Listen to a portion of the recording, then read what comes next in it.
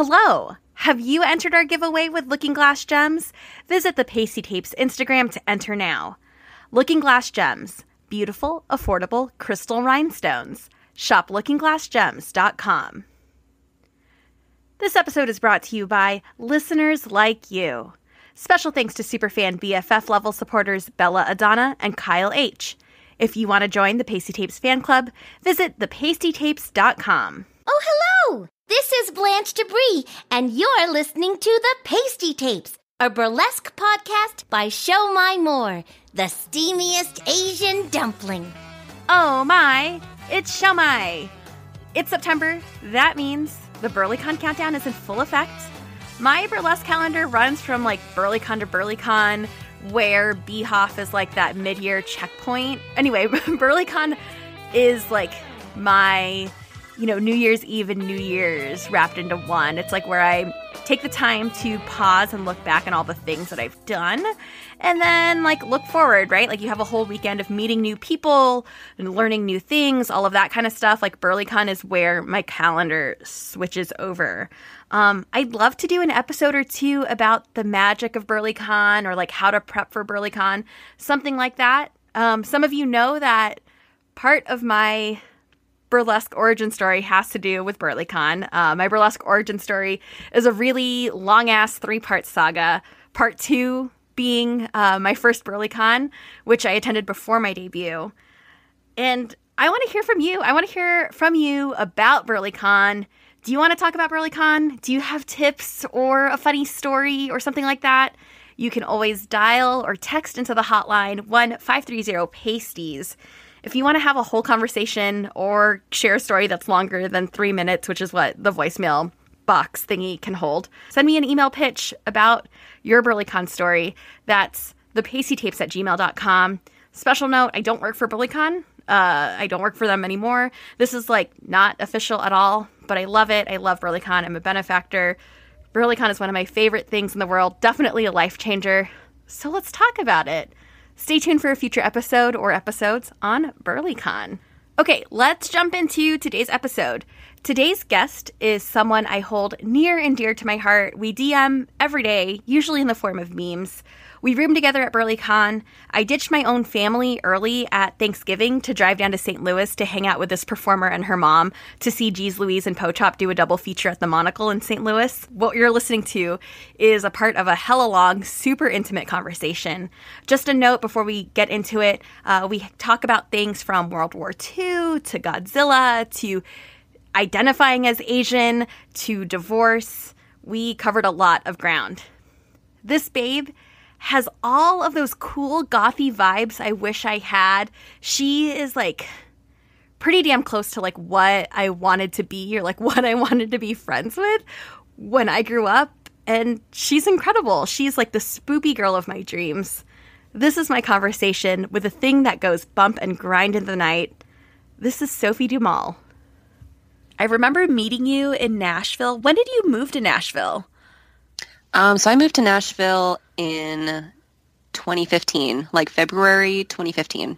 Okay. And then when did you start going to delinquent debutantes? Do you remember? Probably pretty soon after that, maybe that summer. I remember seeing you in some of the classes. I don't remember which class, but we would be in a similar class. I think that was deep in my okay, I'm leaving Nashville soon. I should show up to every single class phase, which I did. But I remember seeing you and then being so scared because you looked so fucking cool. And you are cool. Fooled you. I know. Wow. Sophie du Mal. Huge liar. Yeah. Huge fucking dork. Yeah. And you were there when I told Freya that I think I want my name to be Show My More. And Freya's I don't know what that means. And I'm oh, Show My's a dumpling. And I explained my whole name in the really, really long form, which then I was if I have to explain my name this much, then maybe it's a bad name.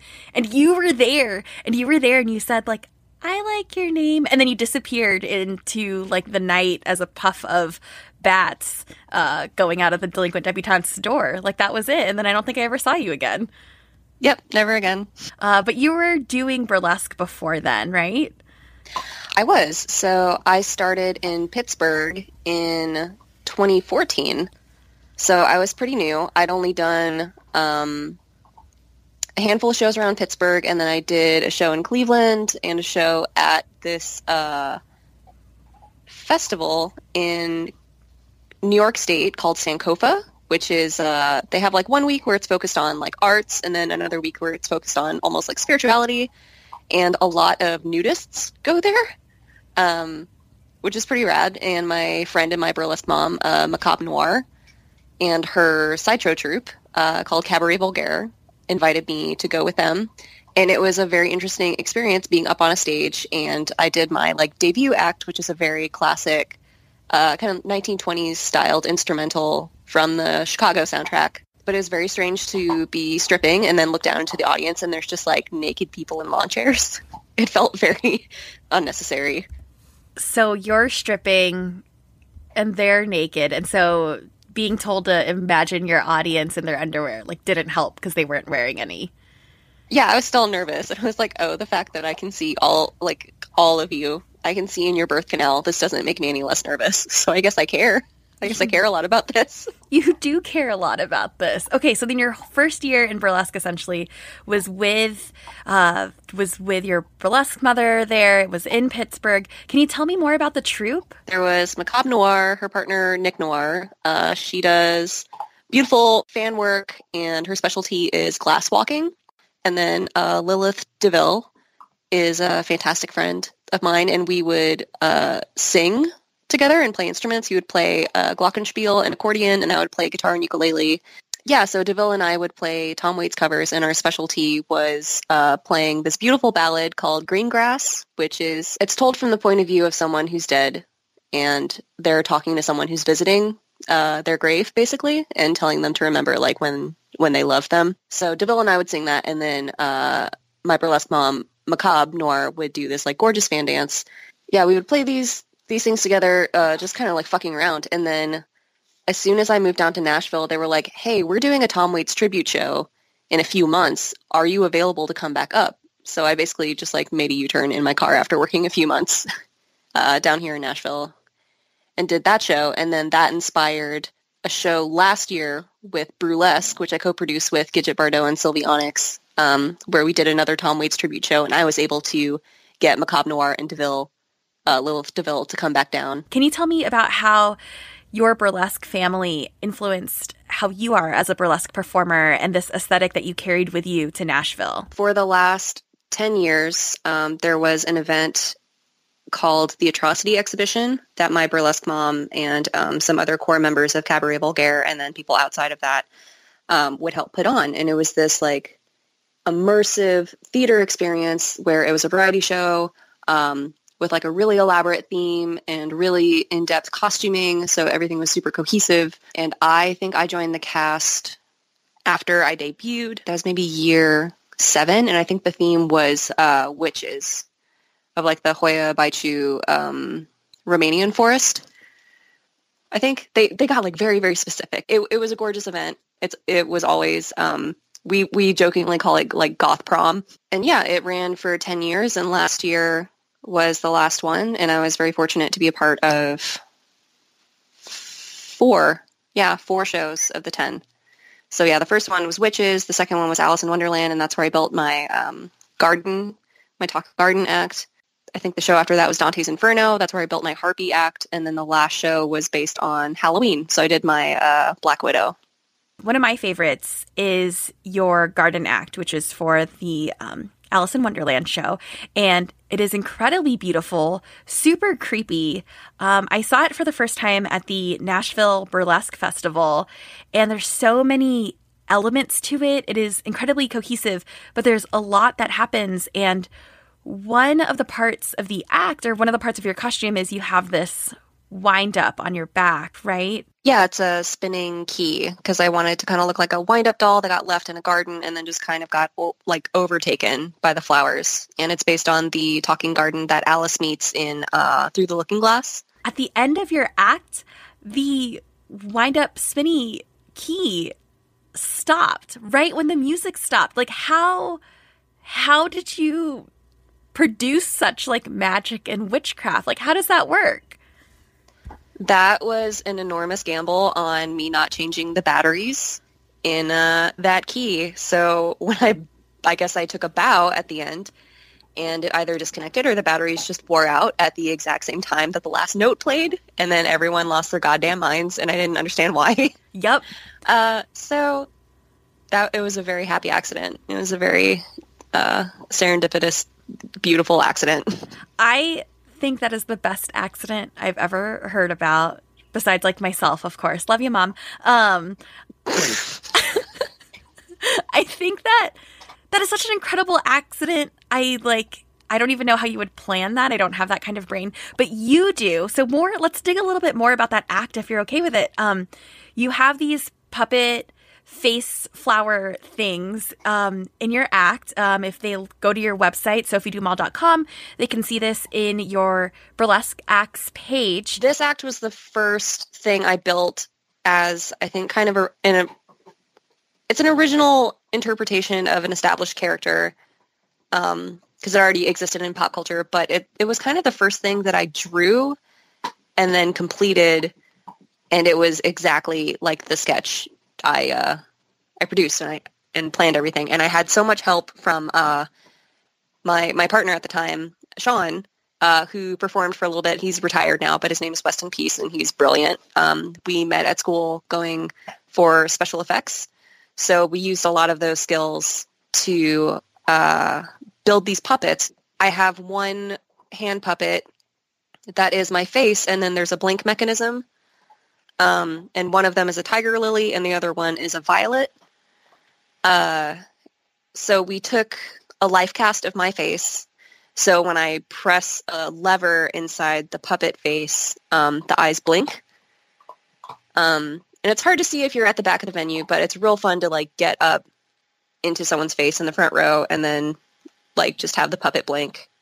It's real fun to see that reaction. Oh, it is so creepy and unnerving and beautiful, and just the process that you're describing of you making this is beyond anything that I think I'd be capable of or could even imagine. Like this is such a cool act. But yeah, that spinning key, Sean built that.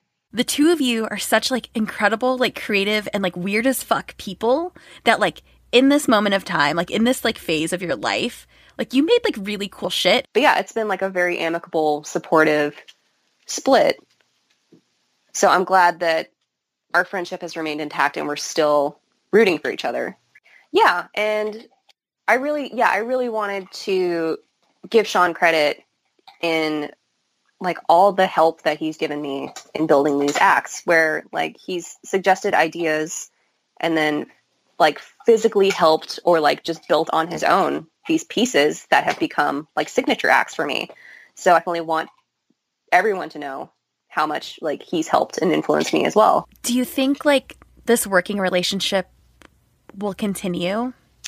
I'm hesitant to ask him for any help in building future things. I don't have anything like elaborate planned. When we were talking through divorcing and everything, one of his grievances was that he helped me a lot, but sometimes I wouldn't help him with the same things. But I felt like he didn't ask me a lot of the time. He would just help me and then go do his own thing. And I would ask like, hey, do you need help building that? And he'd be like, no, I got it. So I think maybe there was a disconnect or a miscommunication maybe, or maybe he wasn't communicating what he needed, or maybe he did ask for help one time and like I was so self-absorbed, like I didn't realize he was asking. Yeah, so I feel super guilty if he ever felt neglected or that I didn't give him the same help that he gave to me. So I always want to be clear now when I'm talking about these projects that have happened, like what has been a collaboration between us and like what work he has put into it. Right. That's fair. I really respect that. Yeah, but he's an excellent dude and a fantastic, brilliant artist, and he doesn't give himself enough credit.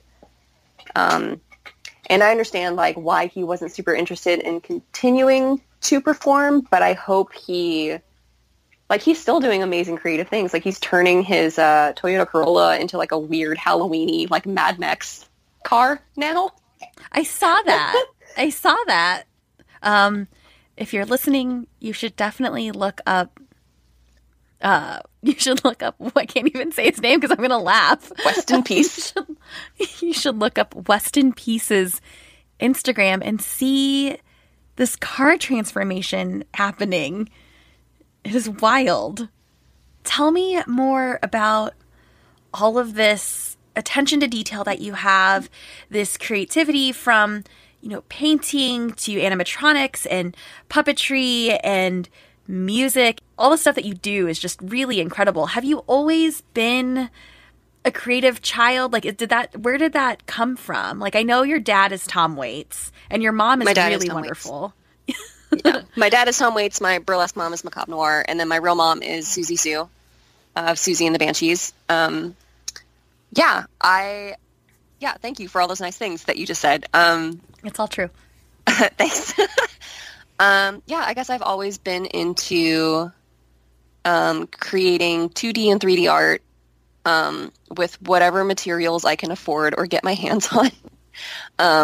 Like that poor artist life is a fact and a struggle. So I think, though, sometimes having these limitations or parameters forces you to get really creative. And yeah, there are some things that I've like worked at and my skills have gotten better. And oh, sorry. My dog is going crazy, digging at the floorboards. That's okay. It's my neighbor that I put under there because I couldn't stand his heartbeat. It was so fucking loud.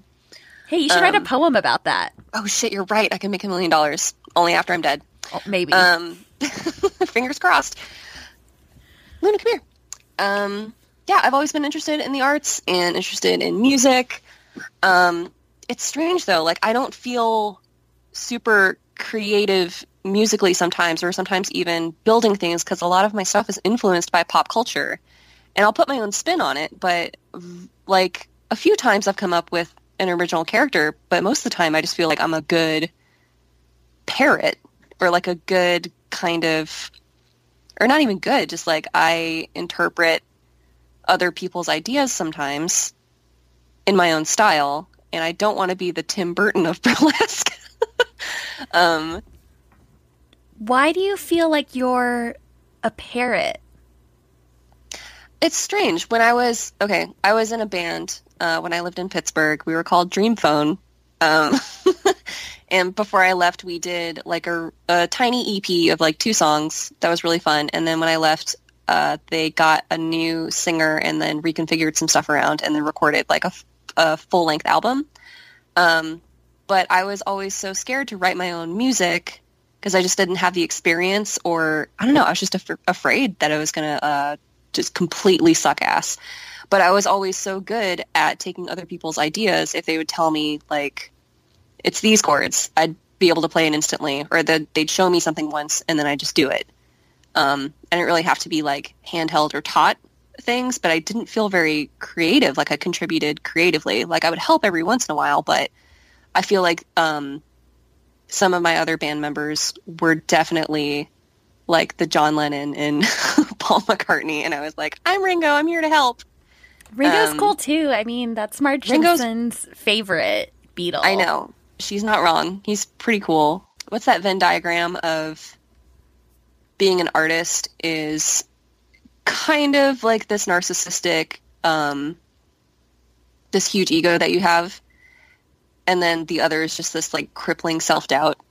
It's like at the same time wanting to always create and show off what you're making, and then at the other time wanting to hide it because you think it's terrible.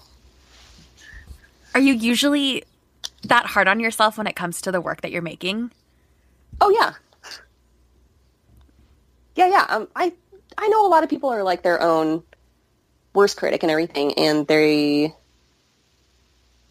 are super insecure or like fearful of what they're going to put out is going to be terrible.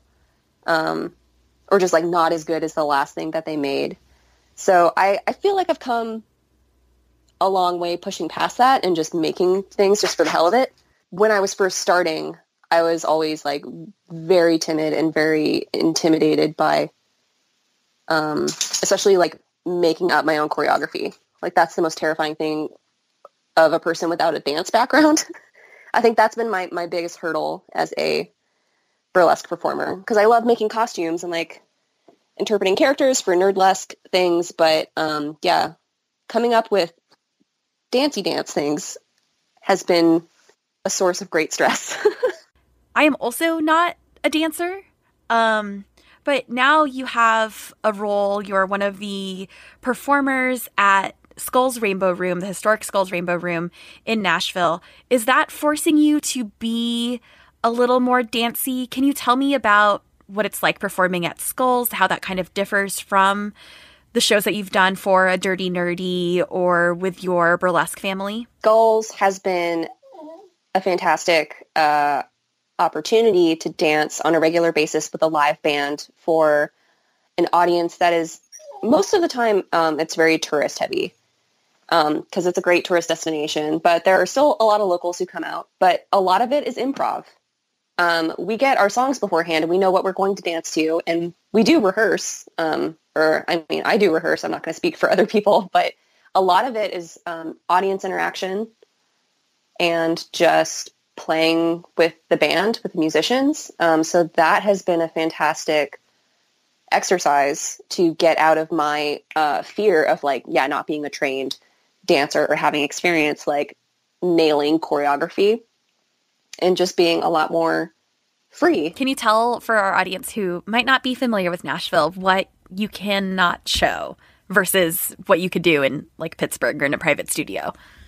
So in Nashville, blue laws state that if you are in a venue that has a liquor license that sells alcohol during a show, you have to hide your underboob, which is exactly what you think it is. It's the air, like beneath your areola to the crease of your breast. And then you have to obviously hide like your genitalia. And then you have to hide your vortex, which is the area where your legs and your buttocks and your like undercarriage all meet. So when you bend over, like everything has to be covered. Like you can't show your butt crack or like any sort of like clefts or crevices. Ah, yes, the portal to hell. Yeah, you get sucked down directly into it if you look at someone's butt crack as you're drinking a beer. You'd think that like old gray-faced Republican men would want women to be as naked as possible. But it's because we're deciding to be naked. It's not okay. Yeah, but I definitely started in Pittsburgh, and I love my burlesque mama very much. She taught me that initial foundation, and I just joined her class to basically network with other people who wanted to be performers because I wanted to create costumes for them. I didn't plan on performing. Whoa, wait, I had no idea about that. Okay, that's how you've met my costumer, Hattie Box of Sarah Haley Studio. She did the same thing. Yeah, we got peer pressured into it, I think. Yeah, I think so too. Okay, so you were there to study what people needed to do and needed to take off when. Is that right? Yeah, and to meet people who didn't have the skills or the time to make their own costumes, because I just always loved costuming as a hobby. I'm kind of self-taught. Yeah, I don't have a degree in costuming or fashion design or anything. It was always something I just kind of did on the side, and then I would like fall into jobs doing that. So I guess like I'm decent at it. But yeah, then the first day of class, Macabre was like, okay, who plans on taking this to the stage? And everyone around me raised their hands, and then she just fucking glared at me until I, like, reluctantly raised my hand as well. And that's how we knew that is your mother. Yeah, that's my mom, and she guilted me into doing this. How did your journey, I guess, continue into Music City? I was a little not discouraged. I was surprised because the scene I came from in Pittsburgh, there were a lot of alternative and neo and spooky performers. And then when I got to Nashville and started to check out some of the local shows, it was very sparkly and classic. And I was a little worried. I was like, I don't think I'm going to fit in. But very, very shortly after I came here, a few performers graduated together from delinquent debutantes, and they formed their own troupe called Divination, and that was the first show I did in Nashville. And they were kind of like the spooky neo-alternative kid. So in your work, a lot of what you do explores darker themes. You have a darker kind of gothy aesthetic. I feel like goth at prom, like you said earlier, describing the atrocity like experiences, like gothy prom feels like an accurate way to describe you. Very glam, very, very beautiful if the character calls for it, but always very dark. And you have a really fun and kind of dark sense of humor. That is definitely true. Have you always been a spooky child? Were you born a pumpkin? Like what? Yeah. What happened? So my mom was walking through a pumpkin patch one day, and a bat kind of like landed in her hair, and in her frenzy to like get it out, she tripped over a pumpkin and it cracked open, and I was laying there. So she just kind of scooped me up, and that was that. Your mother, Susie Sue, right? Yeah, my mom's Susie Sue. And then she got into the back of an old Oldsmobile with like a burning, I don't know, what are those called? Like an oil can full of like dried leaves was on fire, and Tom Waits was like toasting a can of beans over it. Yeah, I think I've always been interested in, like I grew up on the Addams Family, both the TV show and then the movies, and then the Munsters as well. And then Abbott and Costello, like Meet the Wolfman or Dracula, like that was on like heavy rotation at our house. Like my mom and my grandma basically raised me. They weren't super interested in any of that, but they kind of just let me do what I wanted because I was an only child. Your acts are incredibly entertaining and very much like steeped in pop culture. And you have this Godzilla act that you'll be performing at the Nashville Burlesque Festival. It is hilarious and creative and like really weird, which is exactly what I want all the time. So the other thing is, like, you know, off of that, you're also a quarter Japanese. And I remember at your first BurlyCon in 2018, we were kind of talking about what we wanted our weekend to look like. And I told you that you could not miss the POC caucus that was happening.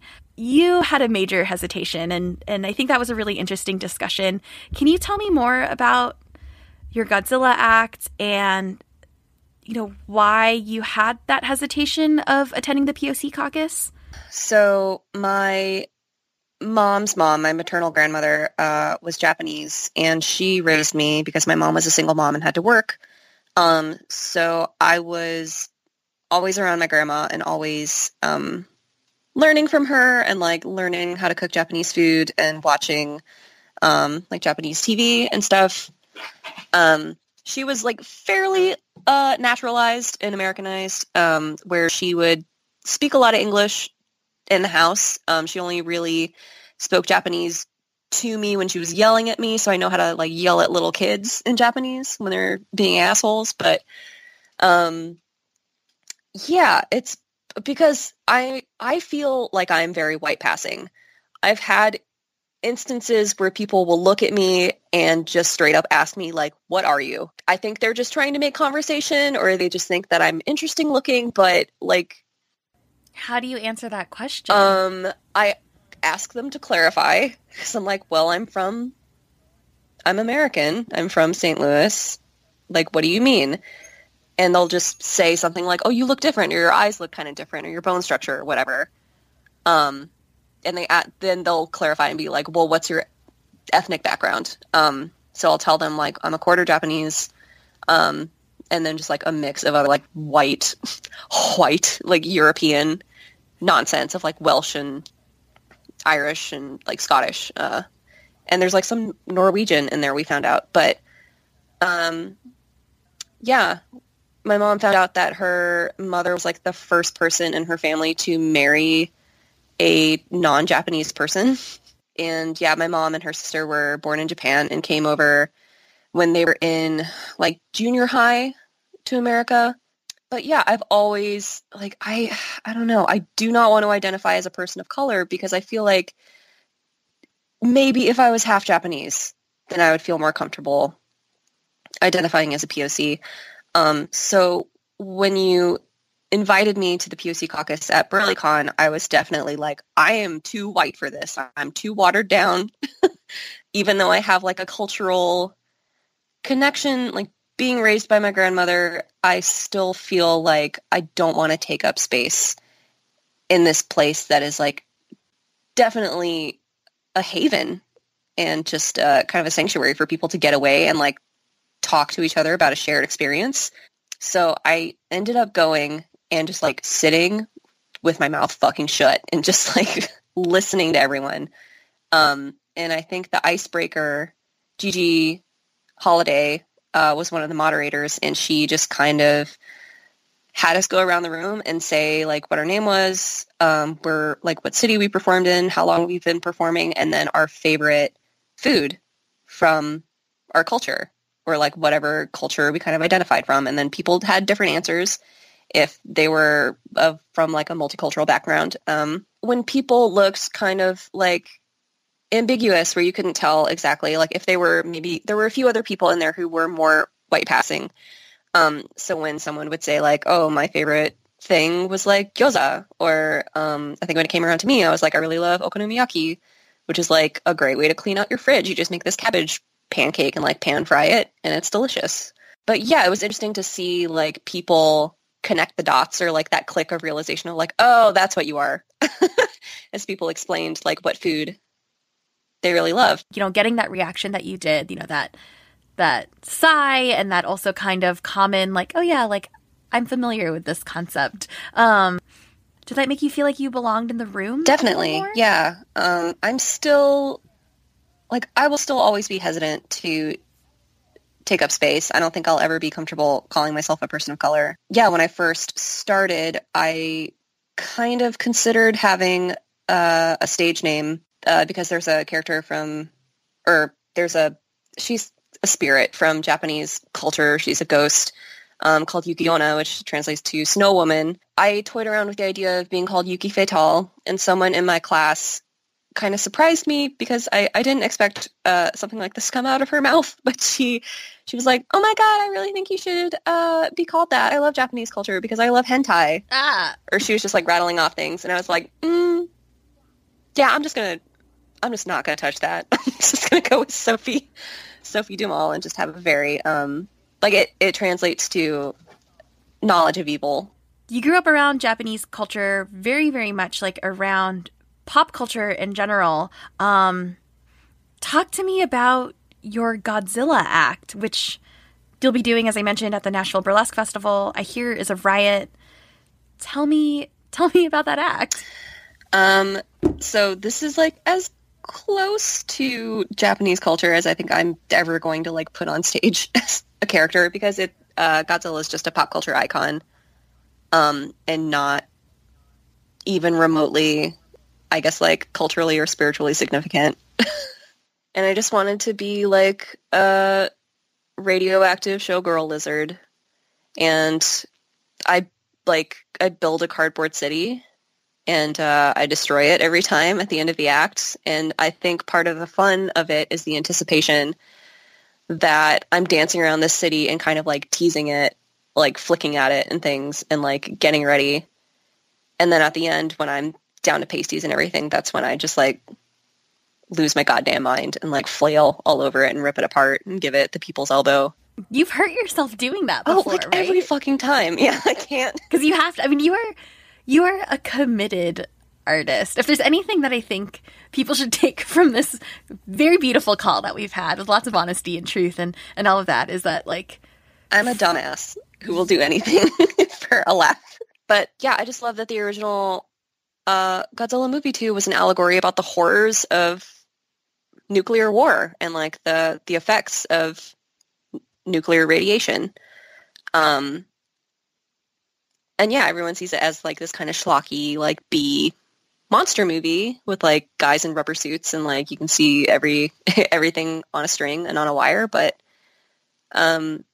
yeah, I would hear stories from my grandma. She was a teenager during World War II, and her neighborhood, she lived in Tokyo with her family, and her neighborhood was destroyed by Allied bombers.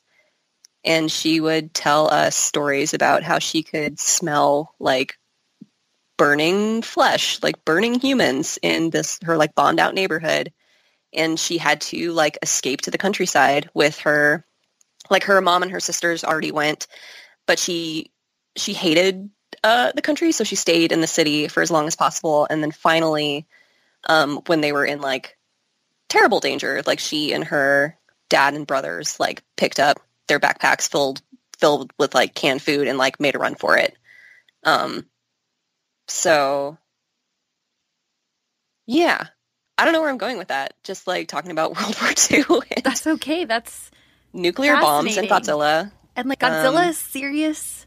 Godzilla is serious business. This act is serious business.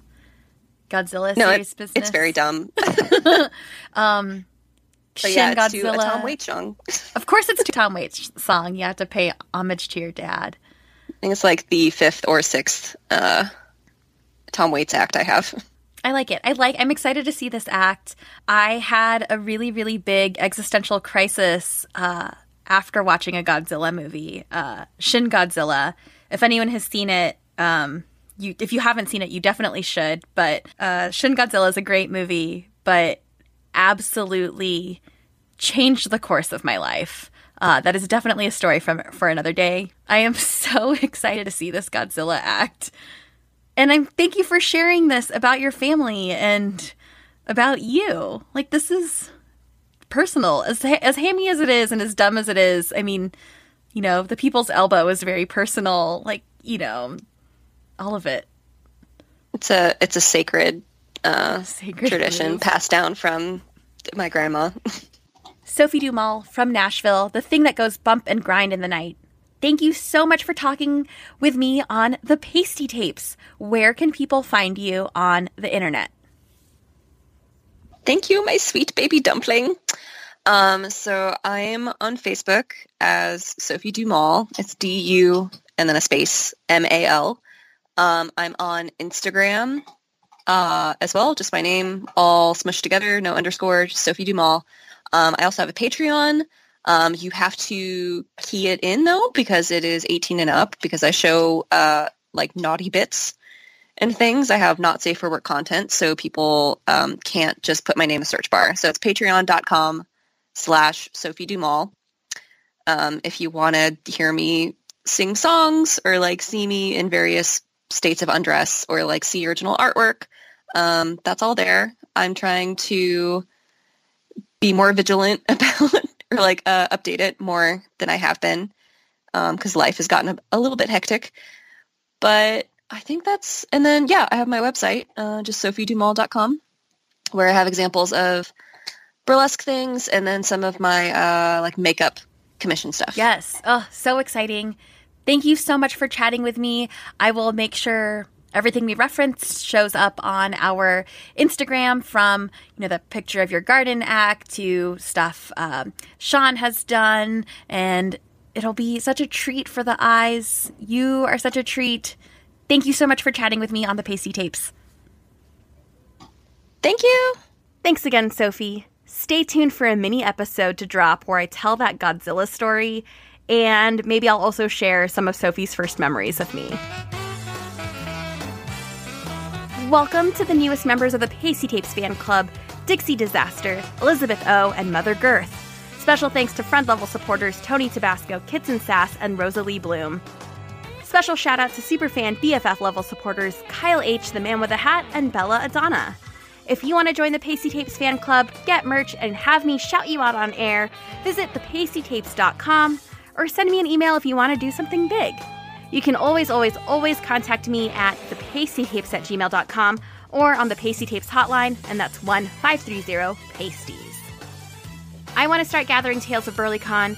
Do you have some advice you want to share about the biggest burlesque education and social convention?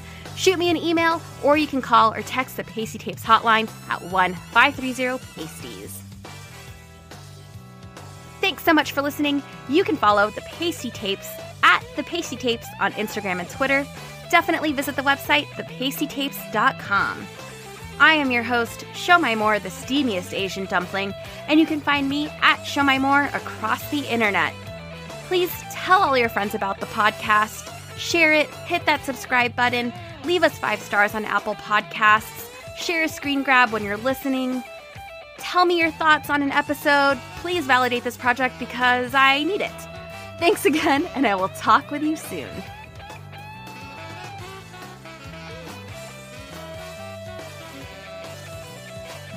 You have been listening to the Pastie Tapes, a burlesque podcast by Show My More, the steamiest Asian dumpling. This is Blanche Debris saying thanks for listening, and see you later, ducklings. Happy September! I'm going to be gearing up for a busy as fuck month. I'll be out of Chicago for like the next 3 weeks straight. Definitely gone every weekend this month. I'll be at Afro Teas by Vanessa Chevelle in Richmond, Virginia, dancing and teaching all weekend, September 7th through the 8th. You can see my class, Cooler on the Internet, on September 7th. I'll be zipping into Nashville for the Nashville Burlesque Festival. I'll be there September 11th through the 16th. I'm kiddining on Thursday, September 12th at Corsair Distillery, and I'm performing in the Saturday Spectacular on 9/14 with my brand new dumpling act. On the 17th, I'll be in Philadelphia. I'll be there the 17th through the 22nd for Burlesque and beyond. Come catch me around all weekend. I'm on the panel at Launchpad Burlesque on the 19th, and I'm performing Friday night, that's the 20th. And I'll be teaching my workshop Cooler on the Internet the 21st.